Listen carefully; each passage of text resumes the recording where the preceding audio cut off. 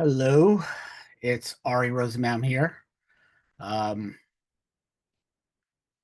just of course, I don't know how to screen share that really well, so I am always playing with that.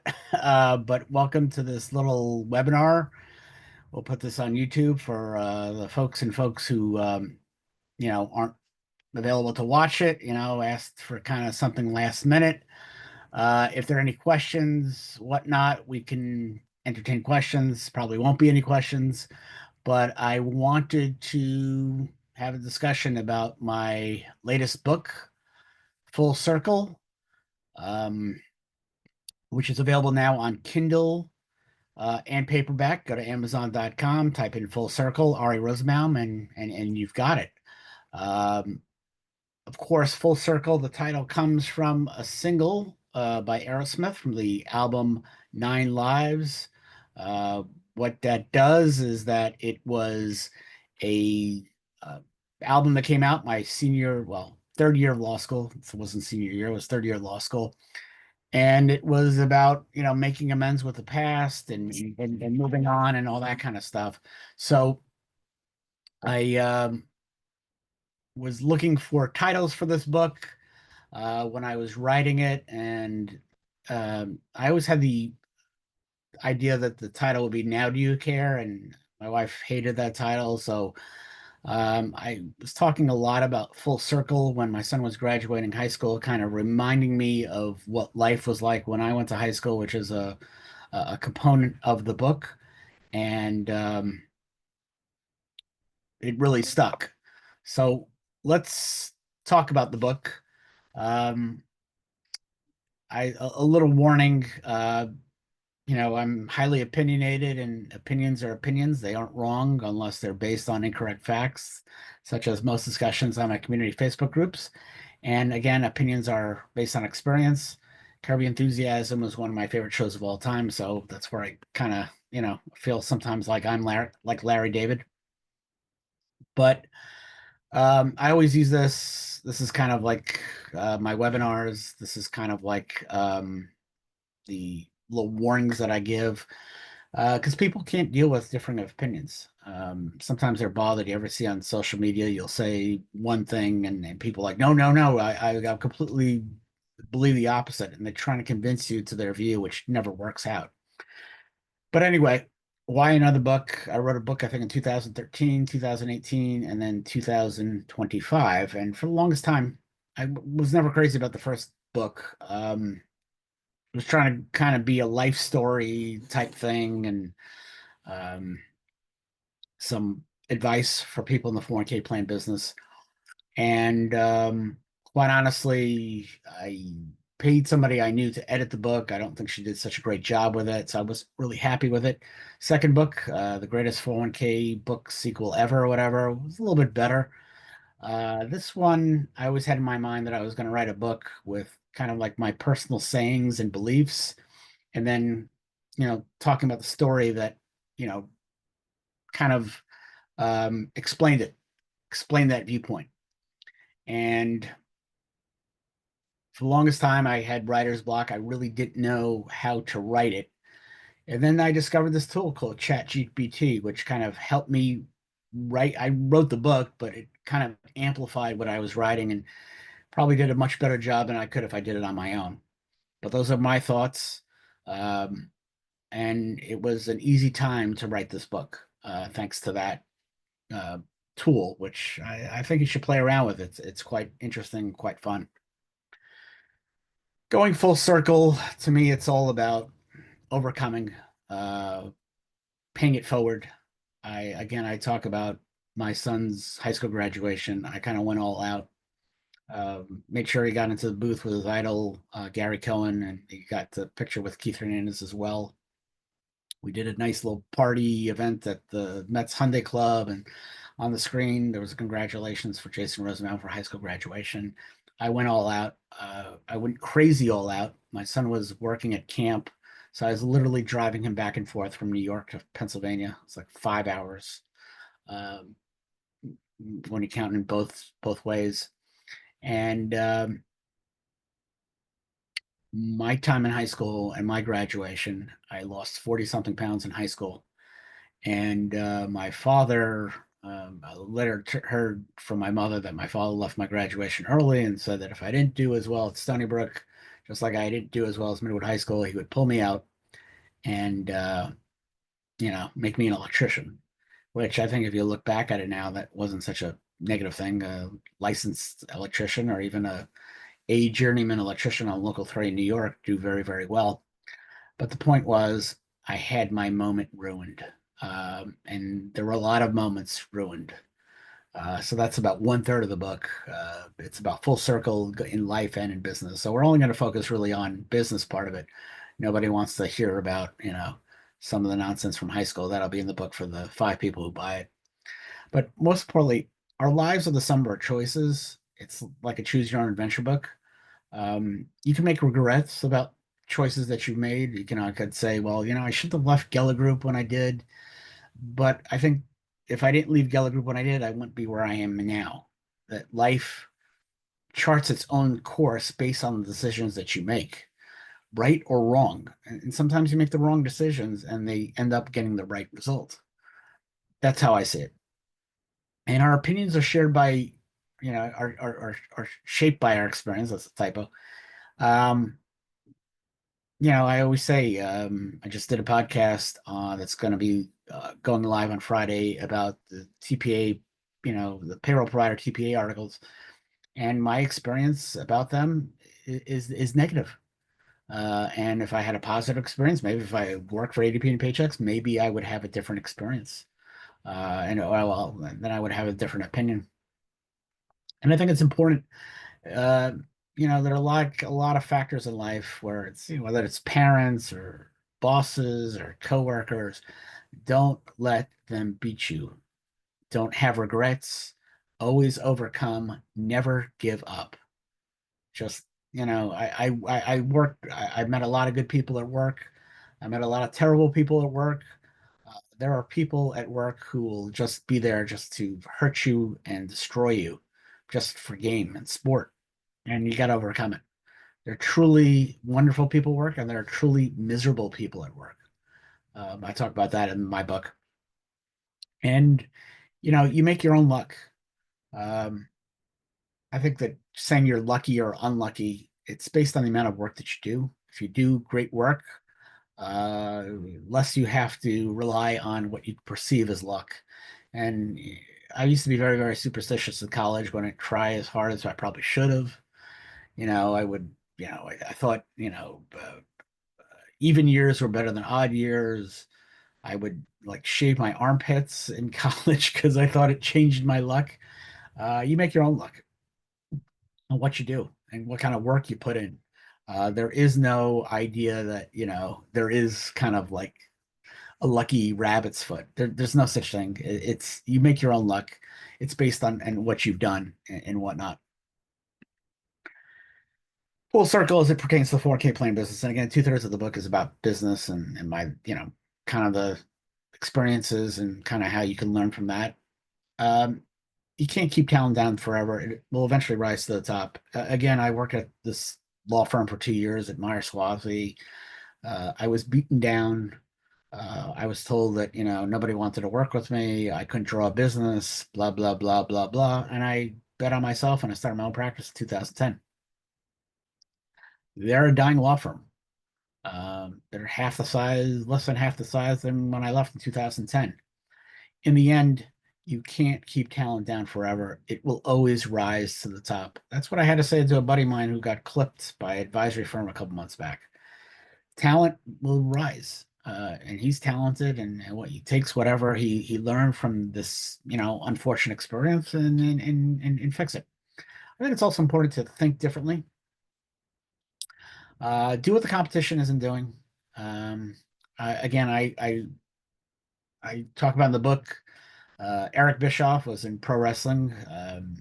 He was the head of WCW. He's the only guy to ever beat Vince McMahon for 82 weeks.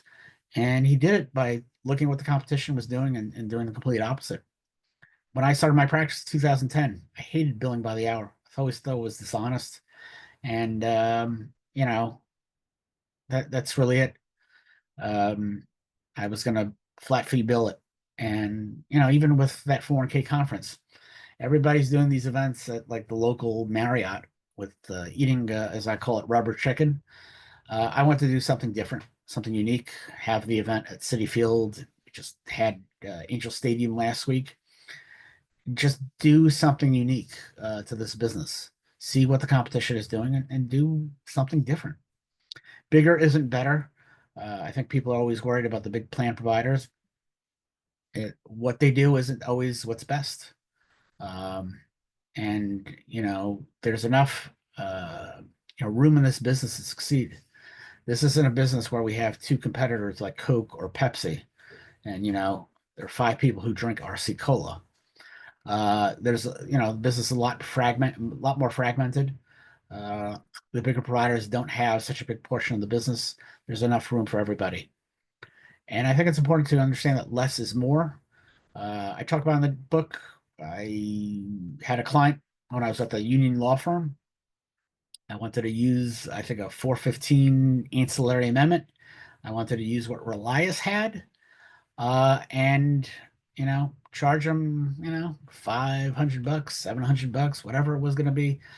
And the partner for the law firm didn't want anything off the shelf. She wanted it custom made so she could charge 10 times more. People try to kill you with more, and less is more. Next, the use of game theory. This is something I learned from A Beautiful Mind, and I use it often. See a lot in the game Survivor. The idea of game theory is it's all about rational decision making and understanding your rational decisions and seeing what the opposition will say. Always thinking through what the opposition will say. I think that that's important. It creates empathy. It creates understanding of other people's feelings and emotions. There's nothing worse than I remember years ago I was selling these Funko Pops on eBay, and I was selling one of the pops that I had that was like 7,500 bucks, and a guy from eBay is offering me a trade, and then he's going to throw me $20, and I said no, and he was surprised. Why would I trade it if I'm trying to sell something? Always see what the other side is thinking. Always try to get into their mind and try to plot out what the choices will be make when you make them an offer. Um, Always, it's like when dating somebody or asking somebody on a date. Always keep in mind the answer might be no. That's important to think out. I remember when I was in high school, I had the biggest crush on a girl in senior year, and I don't think in my mind did I have it that she was going to turn me down, and she did, and it stung like heck. But that's the nature of the thing. Game theory is I'm going to come up with something. I'm making a rational decision, and how's the other side going to take it? So when I was dealing with a TPA, they want to charge the plan I was working on $80,000 for a valuation and a 5,500 that we already paid for. And I threatened to go to the Department of Labor. My rational decision making was, well, he'll either bend or he's going to be a jerk and continue fighting. And I had those both outcomes in my mind. And I thought it was 50-50. And of course, he decided to become a jerk, and I had to file the complaint with the Department of Labor. The worst thing I think you can do to people is give false praise and false hope. Praise has to be true. Don't tell somebody they did a great job when they did a terrible job. That's not good. It creates false expectations. It creates a bloated head. I have a sister who my parents gave her false praise, how wonderful she was. There's nothing wonderful about her. It created a narcissist. It helped create a narcissist. Same thing with false hope. Don't give me some nonsense. When I was trying out for the law journal, my first year of law school, everybody was telling me I was going to make it. They told me 90% of the people who made it who went in last year made the journal. What they didn't tell you is last year it was 50% less people competing. So my year, 50% increase. That 90% acceptance rate went down to like what, 55% or something like that, or 45%. That didn't help me, and it didn't help me that people were giving me false hope. You can't worry about what you can't control. I used to be a worrywart. You lived in my household. You always were worried when the next shoe would drop. I would always have the recurring nightmare that I would take a class all semester and there was a final exam and I wasn't in class all semester and I was going to fail the class. And I had that dream until I was in my 40s. And I no longer have that dream. I no longer worry about what I can't control. It's just simple. If it's within your control, well, maybe then you can worry and you got to focus on what you can control and control your fate. And I think it's important to admit when you're wrong. Greatest fights I ever had with my wife and my bosses is when I just would simply admit that I was wrong. The weak answers, I'm sorry, but, or what about, that kind of stuff, it just doesn't wash. Admit when you're wrong. There's no, I had parents, it's in the book, they'd rather die than apologize. There's no sense. Saying you're sorry often deflates the situation. My mother-in-law was a assistant bank manager, and she used to always say, when a customer had a complaint, the best way to, take the wind out of their sails is to admit that you're wrong. I remember a few years back on Columbus Day, somebody just crossed the line and hit the side of my car, my Prius, and I was just really, really upset, inflamed, and all that stuff. And the first thing out of that woman's mouth was, "I'm sorry." And I could no longer be mad at her. She owned up to it. She didn't make any excuse. And that really deflated the situation. And when you don't admit when you're wrong, you're only going to make situations worse. Your reputation is everything. That's just how it is. Um, it means everything in this business. Everything in this business requires trust. People to believe in you, to trust you, and you could have a lifetime building it, and you could screw it all in a second. The Matt Hutchinsons of the world, the Jeff Ritchies in the world. You've destroyed everything. For what? To steal a lot of money? I mean, you're going to get caught anyway. I don't understand. As far as experience, too much experience can kill. And what I mean that is that it could really get people, you know, the most experienced people, the most experienced providers are the ones who are less likely to innovate. They are, in a culture of complacency. They know what it, you know, takes to succeed, and they think that that will last forever. And you know what? No one stays on the top forever. I think that if I was more experienced as an attorney back in 2010, I probably would not have marketed myself the way that I did. And sometimes I think that, right now I have to think about what I'm doing all the time because, there's some things I do now that isn't really working. And I need to change that. And sometimes that experience creates this false sense of security and a complacency and a culture that will just get you in trouble and make you fail at a certain point. I think it's important not to get into a fight that, don't get into a fight that doesn't concern you. Listen, I work, well, I don't work in it, but I'm heavily involved in the sports memorabilia business because my son Jason is big on autograph collecting and all that. So I know all the players. And these people get into fights here and there.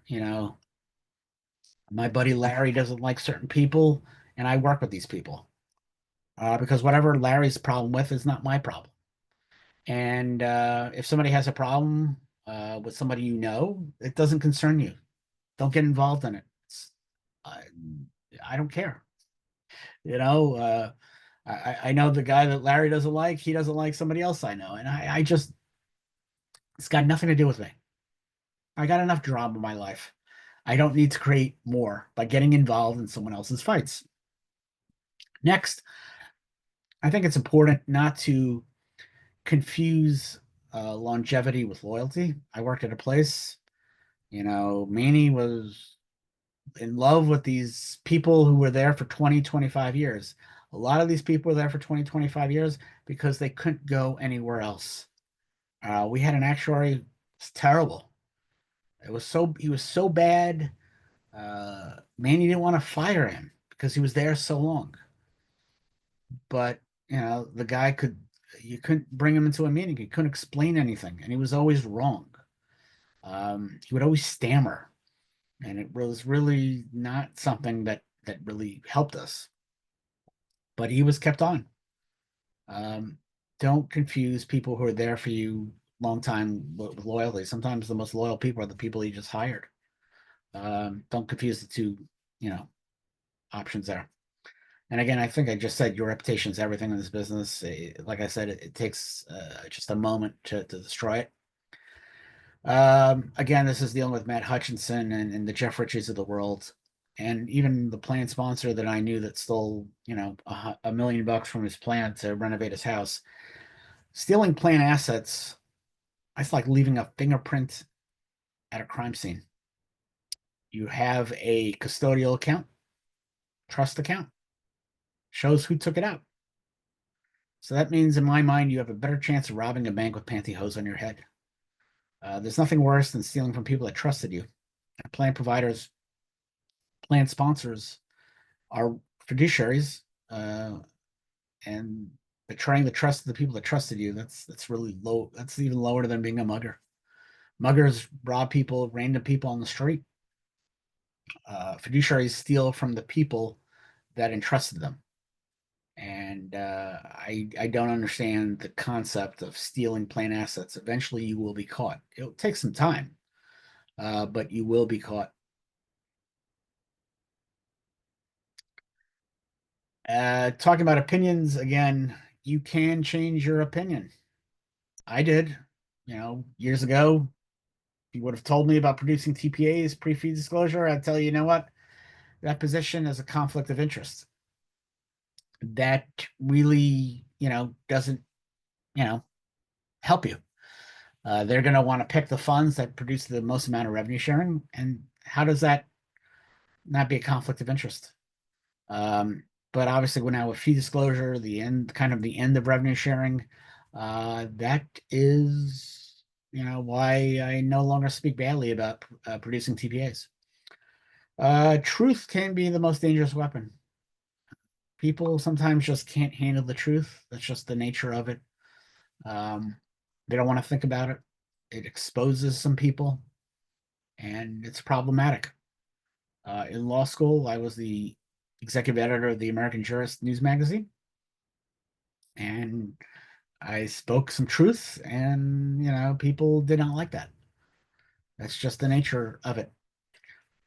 You can predict things just by thinking rationally. It's like with crypto. I'm saying crypto was going to be reversed. Well, you got a Trump White House. They like crypto, so they were going to reverse the Biden White House ruling on that. And we have now Bitcoin ETF, so we don't have to get a virtual wallet for a plan. It's just inevitable that Bitcoin is going to be offered within 401k plans. So you can easily predict things in this business just by thinking rationally. I thought fee disclosure was going to happen in 2007. It was just a matter of time, because when a plan fiduciary has a fiduciary duty to pay only reasonable plan expenses, how can you ask them to only do that if they don't know how much their plan providers are charging? So it was inevitable. Networking is like dating. Uh, this this reminds me of a lot. You get that first date, things go smoothly or things don't go smoothly. You don't go right to scoring position, as they say. You take it slow, and a lot of people in networking don't do that. All of a sudden, all they're trying to do is sell you something. To me, it's a slow burn. Networking is like dating. You got to take it date by date. You got to take it slowly. Don't jump to the hoop. Don't go right to the hoop so quickly. And it's not a sales process. And sometimes it's just the LinkedIn invitations from people who just want to sell me something. It just annoys the crap out of me. Sometimes your best is not what they want, and that's okay. I thought I was a good son. I treated my parents very, very well. I used to go out all the time for them and running errands and all that. My sister didn't. They loved her more for some reason, in the sense that, they liked her more because, narcissists like other narcissists. That's okay. And sometimes in this business, you can be the best plan provider out there, but maybe they got a cousin who's doing TPA work. Um, Maybe there's a financial advisor, the men on the golf course that they like to schmooze with. Sometimes your best is not good enough for these people. It's not what they want. They want something else. And that's okay because not everybody knows what's best. Um, we see that all the time. I always joke about, certain things that are popular and just not very good. That's just the nature of it. McDonald's has the most locations. McDonald's doesn't make the best hamburger. Doesn't come close to it. So it's just, something to not needle yourself with if you ever get clipped for doing a great job. Uh, Concluding this little program we have here, just want to talk about the event in Milwaukee on Friday, September 5th. That 401k conference, American Family Field, formerly known as Miller Park, if I recall. We'll be in Milwaukee. Should be a fun event. That will be our last event for 2025. We will talk about 2026 when the August schedule comes out for 2026. We'll see what happens. And of course, Full Circle, available again on Amazon, paperback, Kindle versions. And of course, everybody knows the contact information. And for those who, couldn't participate today, couldn't ask questions, because obviously we don't have any questions in the queue, this will be posted on YouTube shortly. So again, I thank everybody for attending here. And that's it. Thank you so much.